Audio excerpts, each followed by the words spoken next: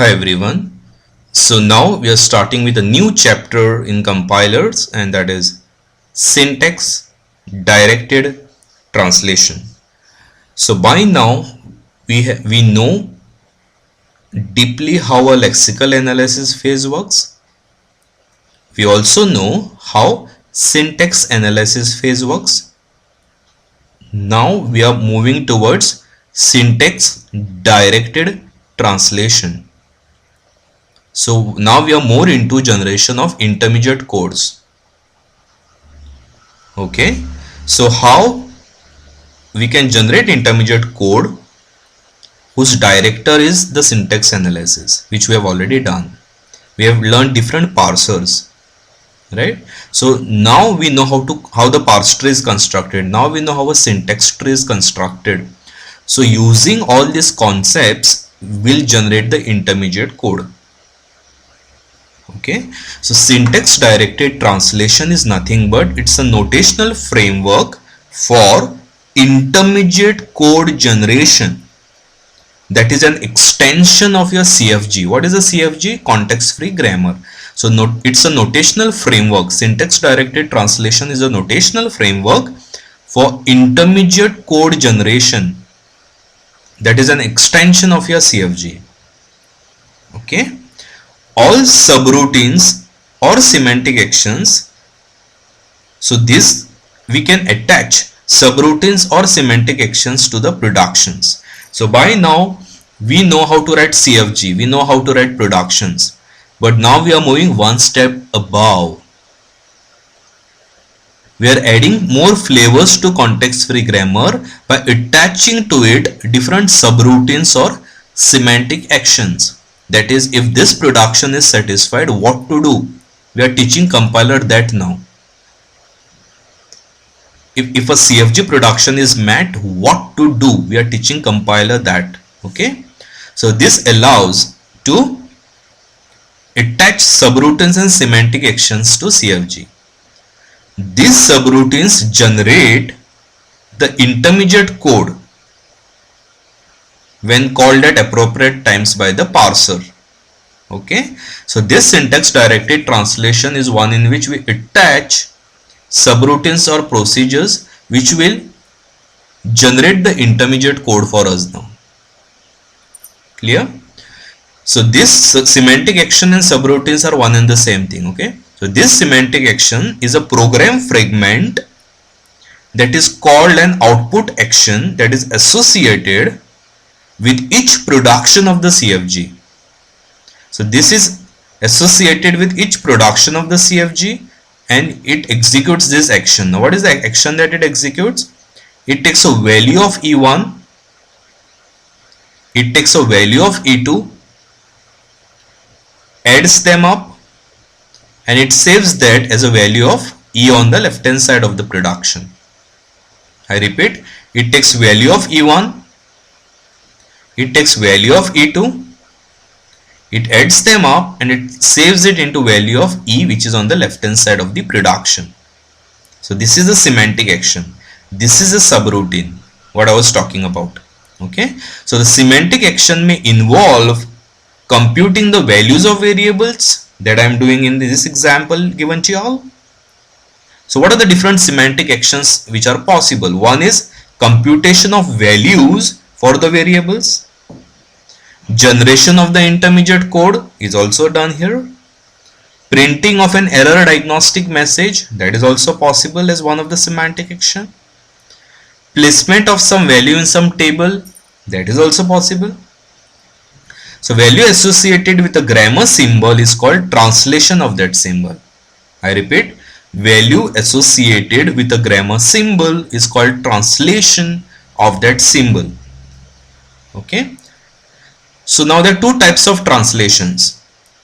One is synthesized translation, second is inherited translation. What do you mean by synthesized translation?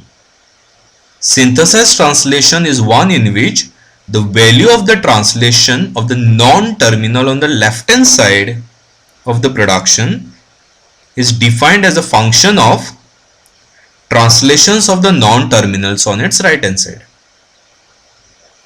I repeat, in synthesized translation, value of the left hand side of the non-terminal is defined as a function of translations of its right hand side. So this example is a very good example for a synthesized translation. I get the value of the left hand side of the non-terminal from value of its right hand side. I repeat, I get the value of the left hand side of the production from its value on the right hand side. That's why it is value of the production on the left hand side is defined as a function of value of the translations of non-terminals on its right hand side. Okay. What is inherited translation? Opposite of synthesis. In inherited translation, value of the production on the right is calculated from the value of the productions on the left. So if you just see in this example, the value of x I compute using value of a. This is opposite of this. Here I compute value of left hand side from values of right hand side.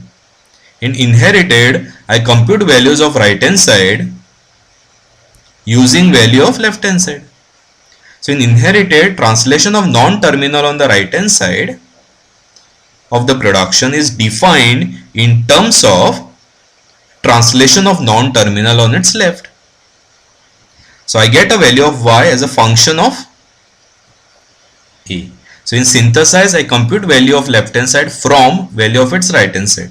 In inherited, I compute value of right hand side from its value of left hand side. Simple. Okay. So this is an example of translation of a parse tree. I have given you all this grammar where E gives E1 plus E2. This 1 and 2 I have marked just so that I can differentiate between which one I am talking about. Okay. So E gives E1 plus E2 and E gives digit. Actually it is E gives E plus E and E gives digit. Okay. So the translation rule for this is E dot val is equal to E1 dot val plus E2 dot val, and E dot val is digit. So these are the translation or semantic rules for each of these productions. Clear? Now suppose we have an input string 1 plus 2 plus 3. Suppose we have this input string 1 plus 2 plus 3. Now how to arrive at this particular, how to get a parse tree for this particular input symbol? It's very simple. I start with starting symbol E, I replace it with E plus E. Then there is one more plus sign required. So I replace this E with E plus E. Then I replace this E with a digit. So I replace E with 1. I replace this with 2. I replace this with E with 3. Simple. So how did I start? I took a starting symbol E. I replaced E with E plus E. Then since there was one more plus required, I replaced this with E plus E. Then I substituted E with a digit. So I get 1, I get 2, I get 3. So it is 1 plus 2 plus 3 if you see the leaf notes. So this is a parse tree for this particular example. Now how to use syntax directed translation rules to get the value out of it. So what it says, if there is a digit, directly assign it as a value of E. If there is a digit, directly assign it as a value of E. And over here, use the values of two E's on the right hand side to compute value of left hand side. Okay. So since this is direct digit, its value I am assigning as value of E. So E dot val is 1. Your E dot val is 2. Your E dot val is 3. Because it's directly coming from digit arc. Correct. Now here, since I am using the rule number 1, E plus E. What is the semantic rule for that? He is saying add the values of E's on the right hand side and assign that as a value of E on the left hand side. I repeat, add the values of E's on the right hand side and assign it as a value of E on the left hand side. So 1 plus 2 I assign E dot val as 3. Similarly, I can use that rule here as well, E plus E, right? So E dot val is 3 plus E dot val is 3, which is 3 plus 3 is 6. Assign it to E dot val on the left hand side. So E dot val is 6 on the left hand side. Clear? So this is how I have explained to you all this. Now a parse tree showing attribute values at each node is called annotated parse tree. Now among these two, which one is an annotated parse tree? The second one. So a parse tree showing attribute values. So I am showing values of each of these attributes, right? So a parse tree showing attribute values at each node is called an annotated parse tree. Clear? So I'll give you all one more example of syntax directed translation. Suppose there is a robot which can be instructed to move one step, either east, north, west or south from the current position. Okay, now this is a grammar for that. This is the instruction that I can give it to a robot. I can instruct him to move east, north, west and south. Okay, this is a sequence of moves that a robot will be making. He will be starting with a begin followed by any number of moves one at a time. So I have drawn annotated parse tree here for begin west south. So robot is beginning, then is moving one location west, and from that location is moving one location south. Okay, so robot is beginning, then is moving one location west, from that point is moving one location south. So I have a begin node here, I have a west node here, and I have a south node here. Okay, so when I say I have a begin, sequence.x component and sequence.y component is 0 and 0, meaning the robot is at origin location 0, 0. X coordinate is 0, y coordinate is 0. Okay, when I say I instruct the robot to move west, that means he is moving left on x direction. When I say from a current position move west, you have to move left, right? That's why x becomes -1 and y location I am at same place. When I say move west, I am displacing x on left, so x is -1, y remains 0. Similarly, when I say move south from a origin location, I move down, that's why y is -1, x remains unchanged. Understanding, right? At begin you are at origin, it's 0, 0. When I say move west, you are moving on the left one location, so left is -1. Similarly, from origin, which is 0, 0, if someone asks you to move south, y will be -1 because I am moving downwards one location. So are these three nodes clear to you? Good. So now begin and west have to be connected.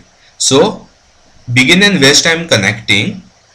So what is the syntax semantic rules that I want? I want to add the x component and I want to add the y component. So after adding x component I get -1. After adding y component I get a 0. Similarly, add this up. After adding x component I get -1. After adding y component I get -1. So this is my final state where robot is going to be after begin west south is executed. Understanding? Robot is initially at begin position, so is at 0, 0. If you ask to move someone west, then you are moving one location left. That's why it is -1 on x side. If someone asks you to move south one location from origin, you are moving downwards one location. That's why y is -1. So now let's follow left to right, begin and west. So combine these two nodes. I have to add its x component, I have to add its y component. After this is done, this is actually begin west now. This is the begin west. To that I have to move south. Add these two nodes. X component adding will give you -1. Y component adding will give you -1. So when you are at -1, -1, your robot is already done its movement. Okay, and these rules I am defining it in this table. So at begin, sequence of x is 0, sequence of y is 0, which I am depicting here.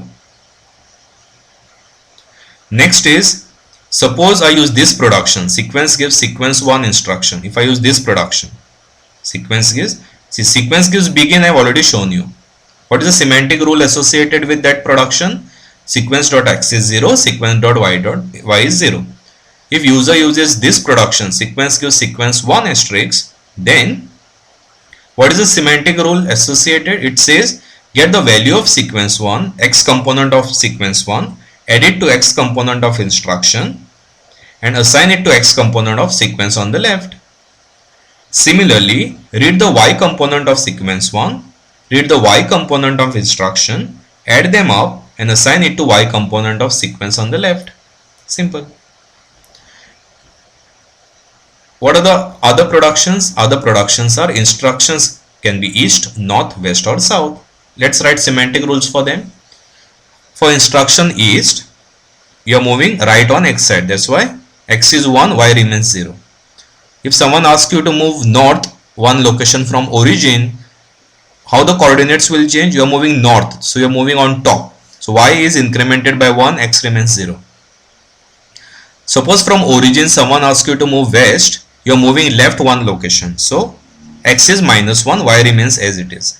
From the origin, if someone asks you to move south one location, y becomes minus 1, x still remains the same. So for each of the productions that I have given over here, I have defined semantic rules. So using these semantic rules, I was able to draw annotated parse tree for this input string. Clear?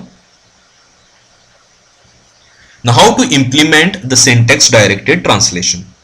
So syntax directed translation can be very well implemented using a stack. Okay, so you can use a stack for implementing a syntax directed translation. So this is example grammar that I have given. S gives E dollar,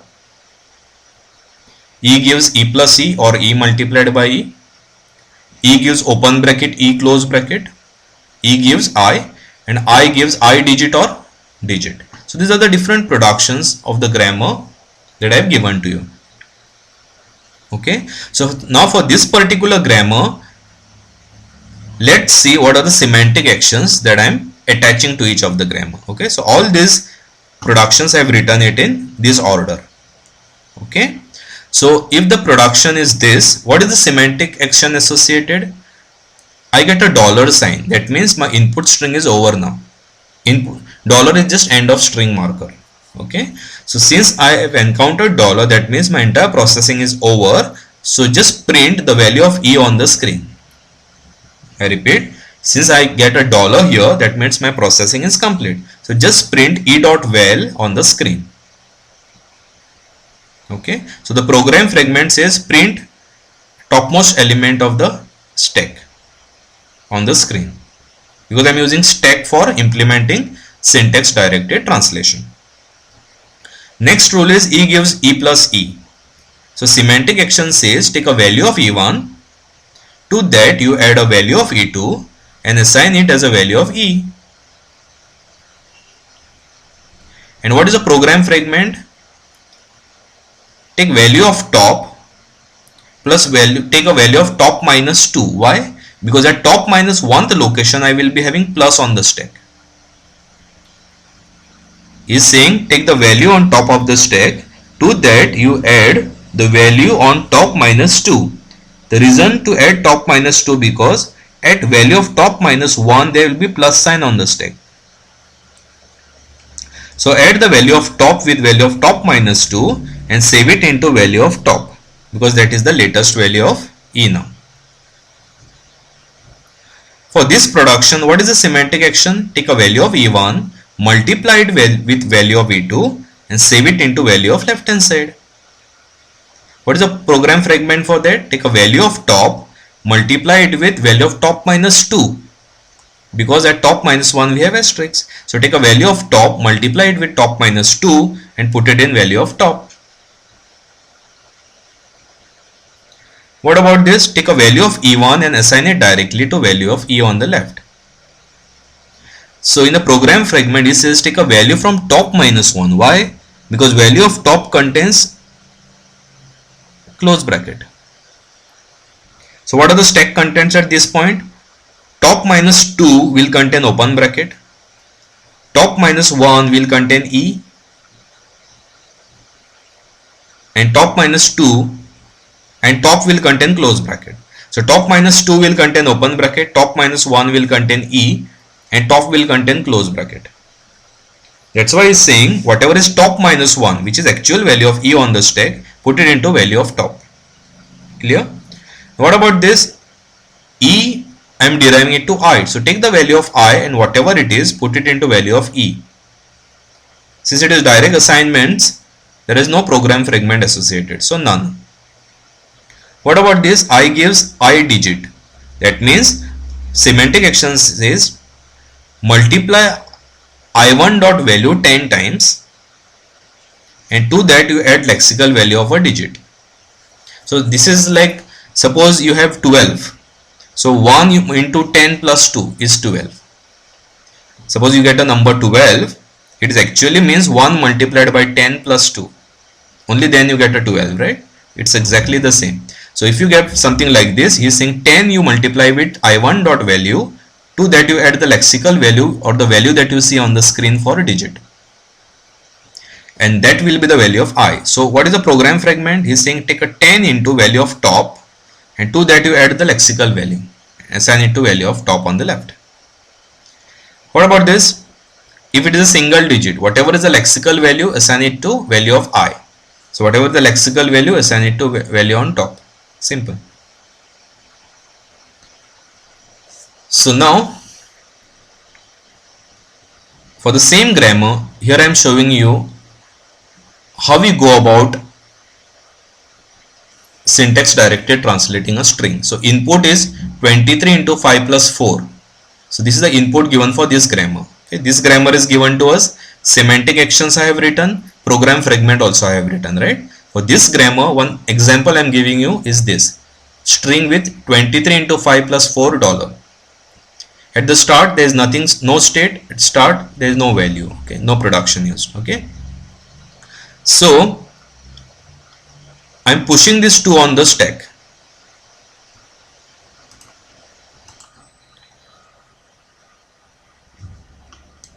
So now let's see this example. I have this example 23 into 5 plus $4 with you. So I place the 2 on the stack. Okay, so this is a stack, not a state.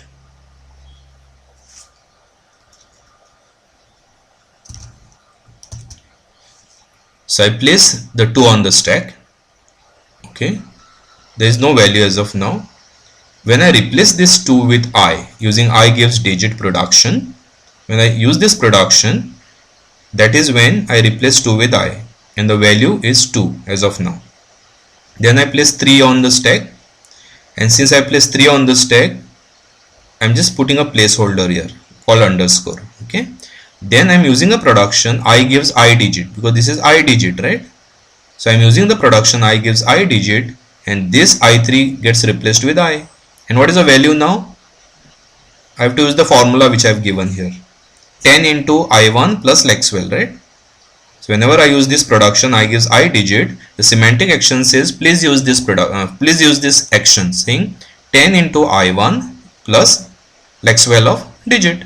So 10 multiplied by 2 is 20 plus 3 is 23. So I get a value 23 here when I replace I with I digit. Okay, so I use the production I gives I digit. So 2 is the value for I. So 2 I multiply with 10. To that I add 3. So 23. And I replace I digit with I. So now what is the next symbol? Asterisk. But I had explained in the previous sessions that if the operator is left associativity, then priority goes for reduction. Okay, so instead of doing a shift, I do a reduce first. If the operator is left associative, reduce. If the operator is right associative, shift goes higher precedence, right? So since multiply is left associative, I will give higher priority to reduce. So using this production E gives I will reduce I to E. Value remains unchanged. Now E cannot be reduced further. So now I place asterisk on the stack. Since I place asterisk on the stack, I have a underscore sign here. Then I place plus on the stack. For plus, then I place 5 on the stack. So for 5, I place a placeholder underscore. Now this 5, I reduce it with I using I digit. Okay, this 5 I reduce using I. So now this I reduce using E, using this production. Now E into E I reduce to E using this production. And what semantic action says when I am using this, take the value of E1, take the value of E2, multiply them and assign it to value of E on the left hand side. So 23 is multiplied by 5 and 115 is assigned to E. Simple. Then I place plus on the stack. Then I place 4 on the stack. For every operator placing I place underscore. So when I place plus on the stack I have one underscore. When I place 4 there is one more placeholder coming in, right? Then I reduce 4 with I using I digit. Okay. Then I reduce I with E using this production. Now E plus E is reduced to E using this production, wherein it says take the value of E1, add it with value of E2 and assign it to value of E. So 119 is assigned to E, right? Then I place a dollar on the stack. What the product, there is one production which says S gives E dollar. So using that, E dollar is replaced with S. So once the starting symbol is on the stack, there is nothing else to be processing, you are done. Okay.